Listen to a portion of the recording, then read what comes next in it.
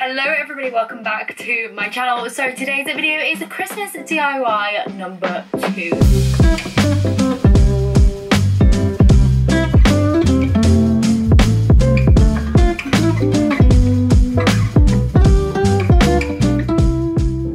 Today's video, I'm going to be making, hopefully, some Anthropologie inspired pieces. These are on my DIY list to do, and the first thing that I wanted to do was some pom-pom lights. I've had my eye on these for so long. I have loads of wool available, I have pom-pom makers, and I just found these little lights in my DIY cupboard. So these here are just like the AA kind of battery powered lights, which you can get from Poundland. Pick these up obviously for £1. And what we're going to do is actually put pom-poms on the actual string of the lights. So these little lights are the wired ones. Really love these at Christmas time, the little wire based lights, just because they are so minimal and it really gives like the actual light bulb a chance to kind of shine. I see this and I'm going to put some like coloured pom-poms on there. So this pom-pom maker here I got in a set of 3 from Home Bargains. Really simple and easy to use. So I have some coloured walls here. I've got this kind of minty kind of blue shade, this nice bubblegum pink. Don't know what it is this year, but I'm really going for these colours in this office. I've got this more kind of muted like purpley kind of pink, and then I've also got this little ball here which is white, but it has like little bits of like iridescent metallic-y iridescent-y stuff. Because there's 10 bulbs, I think what we're going to do is probably either 10 or 11 pom-poms. So anyway, with the pom-pom maker you are going to just clip together kind of 2 bits, hold it down whilst you wind up some wool around it. If you haven't used pom-pom makers before, they're really simple to use. I didn't use them for so long. I just kind of used like, you know, the little cardboard circle method, and then I just randomly bought these one time when I was in Home Bargains, and I was like, you know what, I'm just gonna take a little kind of risk make a little splurge if so on the pom-pom maker. Like, what is all the fuss about? Because I've seen so many people using pom-pom makers, and I honestly thought, like, come on, they can't be, you know, that good. But actually, they speed up the time that you spend making your pom-poms for one, and they all end up really uniform, which is amazing. So yeah, moving on to the second half, gonna fill this one up. Let's go. Like, did that look like it's in fast forward mode? Because it's not. Apparently, I've just made a lot of these before. Go. So now that we have both sides of the pom-pom maker full, I'm going to clip it around where I want the thing to be. So I'm going to put the wire in the centre, fold it over, and then I'm going to clip down those little clips. Some sharp scissors. I'm just using my Cricut ones because they're like the newest scissors that I own. And I'm just going to cut round the pieces of wool. Because the wire is through the centre, it's just going to be away from where you're cutting, but do make sure that it is there so you don't cut through that, because otherwise this whole DIY is going to be useless. You're just going to end up with some lights that don't work. So yeah, just going to cut round through there. I know a lot of people, when making stuff like this, they do kind of tie the pom-poms on, but I like it when the light's kind of going through the pom-pom, you know? And I've had quite a few of these lights in the past, and they don't seem to heat up or anything. Obviously, I would, you know, take a little bit of caution if you're leaving them on when alone, just the same as any lights. You don't want them to heat up, you don't want any fires to be caused or anything, so do, you know, use it with caution. But I'm only going to be using these kind of in my office when I'm kind of in here. Anyway, so cutting off another bit of wool, we're just going to wrap around between the 2 pieces. So this is what's going to, like, you know, hold all those pieces of wool together, and it's also going to hold it to the wire. Now, I don't know how strong you are, but you don't want to go so strong that you like fold the wire or anything, but I'm not that strong, so we don't have to worry about that. So just going to wrap it around a couple of times and then tie it in a knot a couple of times. And then we just have to trim the pom-pom back once. The kind of pom-pom maker's off. I mean, this could also be a really good DIY, you know, to get kids involved, get them winding up the little pom-pom makers. You can then attach it on. But yeah, I'm apparently really loving DIYs this year that kind of anyone can do, as well as kind of giving a high-end, fun, colourful finish apparently. I do want to do some gingerbread DIYs. I think I'm going to be going for like a country kind of Christmas in my kitchen, because I have so many bits like that already. I really got off on a tangent there, but we have a pom-pom. Look at that. and it is on the lights, which is amazing. Look how gorgeous this colour is, by the way. It really matches in with like my door, my little nutcrackers. I'm loving that. So yeah, I'm just going to alternate between the colours. I'm going to do the minty blue, the like pinky purpley colour, the white one, and so on. And I will meet you back here once I have done all those. So I'm going to put on a little bit of a YouTube video, and yeah, we'll get making some more pom-poms. Okay, so I'm now back. Pom-poms are in tow. I know what you're thinking. Chelsey, that doesn't quite look like 10, 12 pom-poms for those 10 bulbs you had. No, because I did exactly what I was not supposed to do. And I cut through the wire. I had one pom-pom left on the end, and guess what? Cut right through it. Pom-pom slid off across the room. It was very dramatic, and this is what we've got. Hopefully, it's still gonna work. We will see. I don't hold out much hope, but do not do that. But otherwise, it will look adorable. Absolutely so cute, and I'm just gonna test it.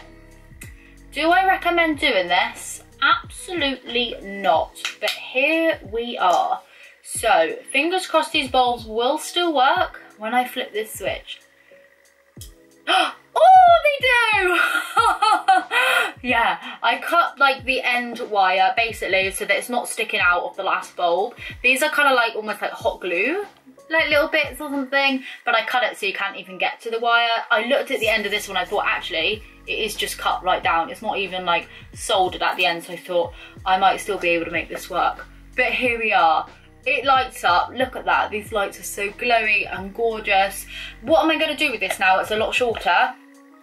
I'm not 100% sure. Hey, you win some, you lose some. So for the second DIY today, I've got this plate. This I got in a charity shop probably around about 2 years ago now, and I actually bought it for the Anthropologie DIY. Seeing as we're here, I thought I'd dig it out and we would do that. I still haven't got around to doing it, but here we are. So I actually bought this because of the really gorgeous pattern and all detail and all on this plate. Hopefully you can see it. Hopefully I'm giving you a little bit of overlay right now if you can't. But I just want to paint a kind of like little motif on here. I was going to do a nutcracker. Then I thought, oh, I could do a gingerbread man and display it on my kitchen fireplace. But I'm not really sure. Do you know what? I'm going to do a gingerbread man. That's it. So with some acrylic paint, I'm just going to paint on a really cute design on there. I'm going to add on some gold detailing with a kind of metallic pen that I have, and I think that will add on some really nice accents. And then what I'm going to do is actually display this in my kitchen. So with plates and stuff, obviously, like you can find these really easily in charity shops. You can use up ones that you already might have at home. It's just going to put a new kind of use to a piece that you might already have or might be able to pick up for fairly cheap. Like I said, I got this in a charity shop. The back of it just says Copeland's China, England. It does have a crack running straight through the centre, but I thought that was absolutely fine because I was going to be using it for a decor piece anyway. And yeah, I was able to put another use to it and save it from being chucked away or whatever, and I feel really happy about that. Plus side is another one, I know. I think it only cost me 25, maybe max 30 pence. So for a decor piece, that is amazing. And yeah, this can just go pride of place in the kitchen. I think like using crockery bits and stuff in the kitchen in decor pieces works really, really well. And I really, really like that. I think it just adds that extra kitchen decor kind of touch to it. So yeah. Paint on the plate has now dried. I just kind of speed it up with a little fan. I absolutely love how this has turned out. It's so cute, so adorable. Look at the gingerbread man in there. He's so cute and fat, inspired by one of my favourite gingerbread patterns, which I am actually going to be making some of those gingerbread men over the weekend. I've been making them throughout this week and I'm so happy with them. I might put them on my Etsy store. Just hold your horses, I'll see what I can do. But yeah, I painted this up kind of inspired by the Rifle & Co kind of Anthropologie inspired like designs with the metallics and the bows and stuff on there. I actually have this glass here with a little bit of Coke in it, and that has like the kind of patterns that I kind of took from that, and I absolutely adore it. It's going to go in with like all of the little Anthropologie stuff that I actually have in my own collection down in the kitchen, and then the gingerbread man on this as well is going to tie them in.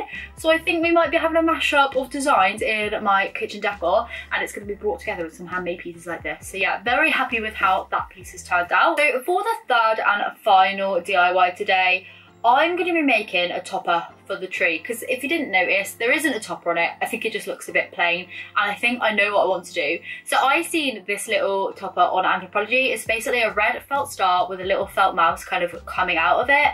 I have the perfect felt mouse decoration somewhere, but I cannot find it. I've just been in the decor cupboard, cannot find it. I put it away last year, so as soon as the Christmas decorations come out, it's going to be out and it's going to be on top of my tree. Like I said, I went looking for it, I couldn't find it, but I did find this little lady, like a little fairy. She's so cute, and I thought she could be the replacement, and we can make the star out of this felt. You can use whatever felt you want to. I usually recommend wool felt just because it's like nice and sturdy, the material feels good, it's nice to sew with. I just really, really like it personally, but like I said, you can use whatever felt you want to. If you want to use craft felt from a craft store, use that. So yeah, I'm just going to go ahead and just quickly sketch out a little star. By little, I mean quite big. Just going to use a Sharpie and I'll put this bit of felt on the inside. Okay, so kind of happy with that. I'm just going to cut out the first one, just make sure I'm happy with it, then I'll cut around and do the second. There we go. So I'm going to cut out another one of these just by laying it down on my felt and just cutting around that. If you want, you can kind of pin this in place, but because I do a lot of cutting, I don't tend to use pins that often. So now that I've got my two stars together, I'm going to start stitching. I've just decided, however, I'm going to stitch from here, like this corner here, all the way down to this corner, and not stitch this bottom part, because instead of putting the wire on like the Anthropologie one, I'm actually just going to leave it open, and then this hopefully is going to slot over that top kind of stalk on the tree. Does that make sense? So yeah, you can obviously put the wire on. I would recommend using something like a pipe cleaner or something, but I just figured, considering I already have my kind of like stalk at the top of the tree there, I've actually folded that over. Like, it is actually quite a long stalk at the top. I think I could kind of get away with it. So I'm just going to blanket stitch all the way around the outside of this.